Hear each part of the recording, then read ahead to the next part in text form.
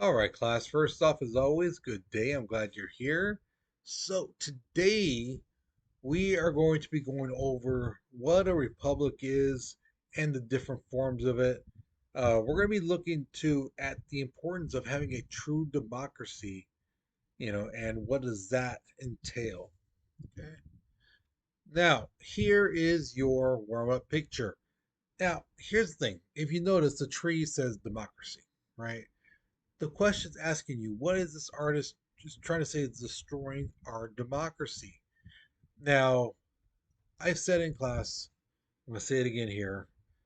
Yes, this political artist used a particular politician, right? But really, you can use any. But look what they're using to destroy democracy. Okay, and that's what the question is asking you. What is it? What is destroying our democracy? Okay, so look at what this certain politician is using, and that should really help you out. Okay, so pause the video, write your response because we're moving on in three, two, one. Now, a republic is basically when voters are the ultimate source of the government's power. Okay, now I have heard so many people throughout my years who try to argue with me about government and stuff will try to say, we don't live in a republic. We have a representative democracy. We have a constitutional republic. It's like, okay, all right. So, constitutional republic. The word republic is in the phrase for crying out loud. And a representative democracy? How do those representatives get picked? Through voting. And who votes? The people. So, yes, representative democracy, republic, constitutional republic, it's the same thing.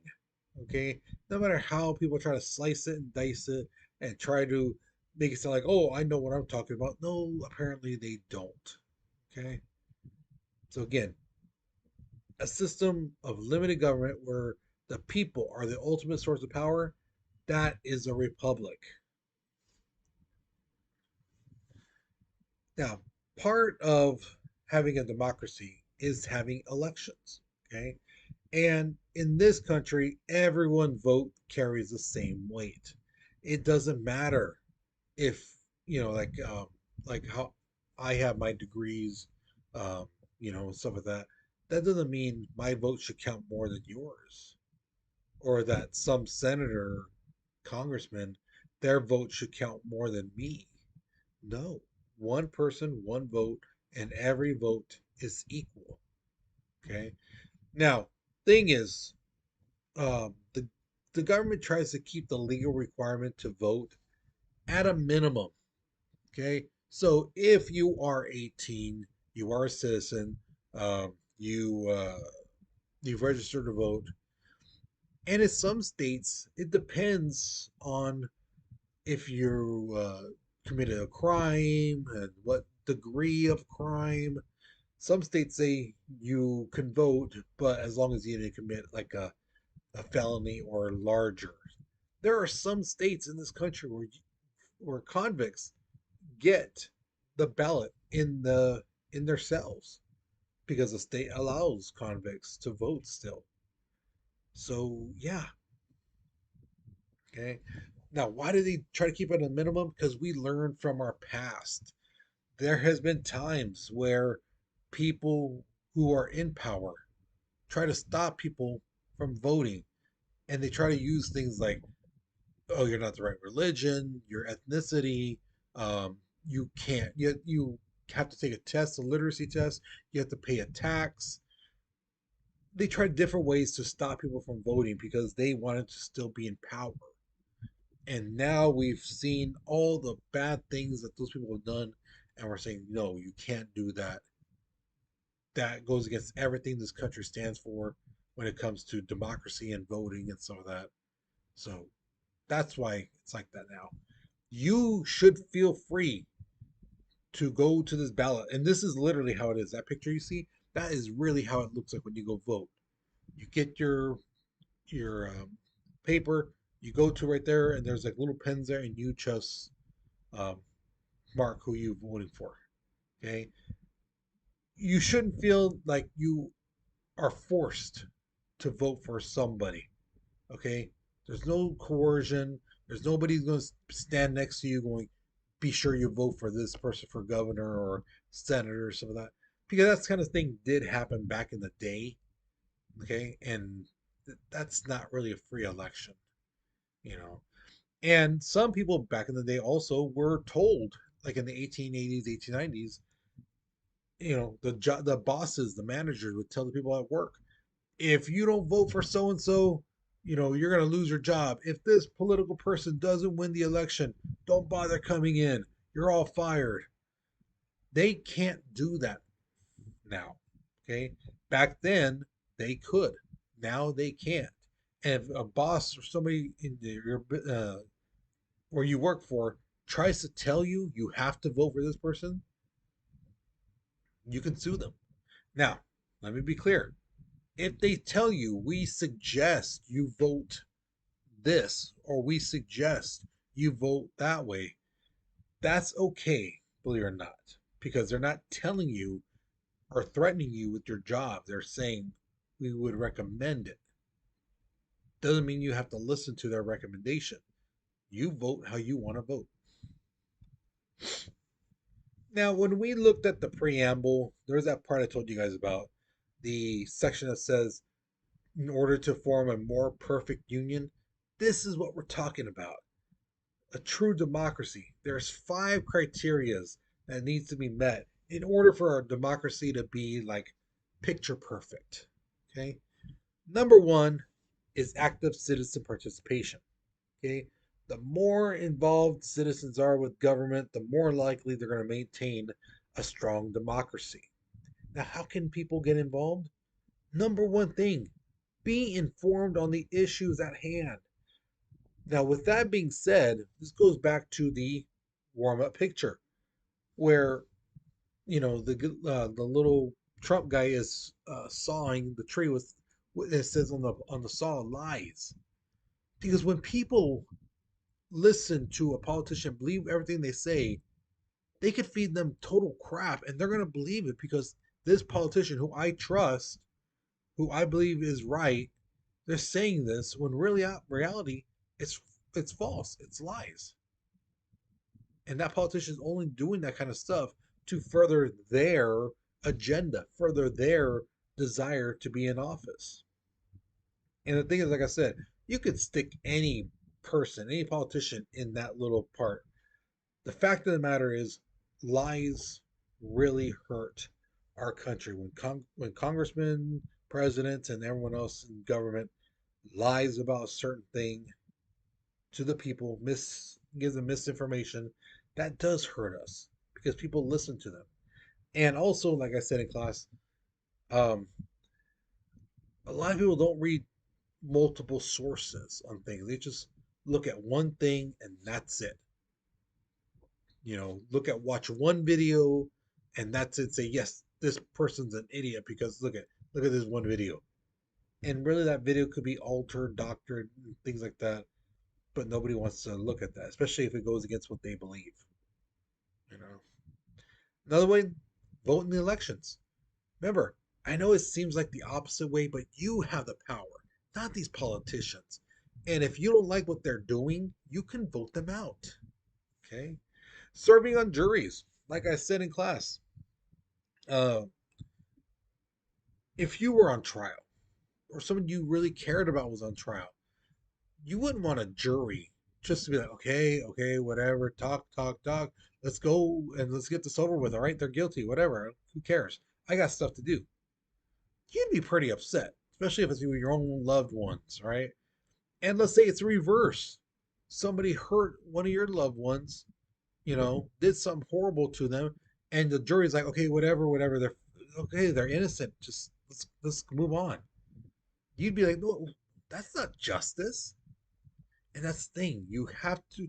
Those people who serve on juries have to be there for a purpose of serving justice, listening to the evidence, and things like that. Instead of, God, I have to be here. Ugh, this is dumb.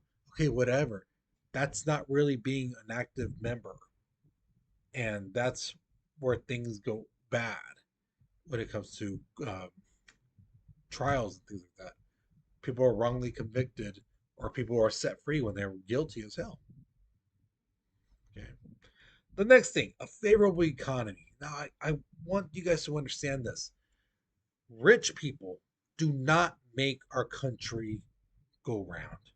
They do not really help our economy. Okay. Remember, rich people like to see their numbers grow. They don't like to spend their money.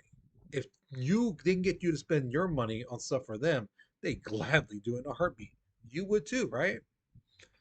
But the middle class people, the average Joe, they're going to go to Target, Walmart, Lowe's, buy um, house cleaning stuff, a new vacuum cleaner, um, wood and nails and hammers and stuff like that to and put a little patio in their home. You know, middle class people do that. And that money they spend at those stores, that makes the economy go. Okay. Um, and that's the thing, the other thing too. When the economy is good, when people have money, people have time to focus on other things instead of just trying to survive, living paycheck to paycheck. And if you've never seen somebody living paycheck to paycheck, um, it's tough on them because they have to make sacrifices. They know they can't get things that they really, really want. They have to worry more about paying the rent, paying the bills, having gas in their car, and food in their stomach. And that's it. No going out with the friends, this and that, because hey, you gotta watch how much gas I use, things like that. Chances are, if they go out, you're going to spend money, and that's money they don't have. That's how people get into debt. The next one is widespread education. Okay, a country is more likely to be very, very successful if the citizens are educated. And this is nothing I've told you guys in the past. There are people in this country right now, people who have political friends who basically say we should get rid of the school system altogether because these kids nowadays, they don't learn. They don't want to learn. Look at them. All they do is spend time on their phones watching TikTok or try to be TikTok famous, you know. So there are people trying to do that kind of stuff, get rid of the education system and not realizing they're actually going to be hurting our country. And you guys too, you the students, if you are just at school just to be there and not learn anything, you're not helping yourself. You're not helping this country. Okay. The next one, strong civil society. Basically, the government can't take care of everything. Okay. There's a lot of red tape they got to take care of. If let's say there's a hurricane, right, rips through part of Texas, they have to get things together. The water, how much water they need, how much tents, how much this, how much that, where are they going to get it? So there's a lot of things they have to logistics they have to work out. Whereas, the Red Cross, uh, you know, missions and church, volunteer groups, they can take water, blankets, whatever those people need, like that, no problems.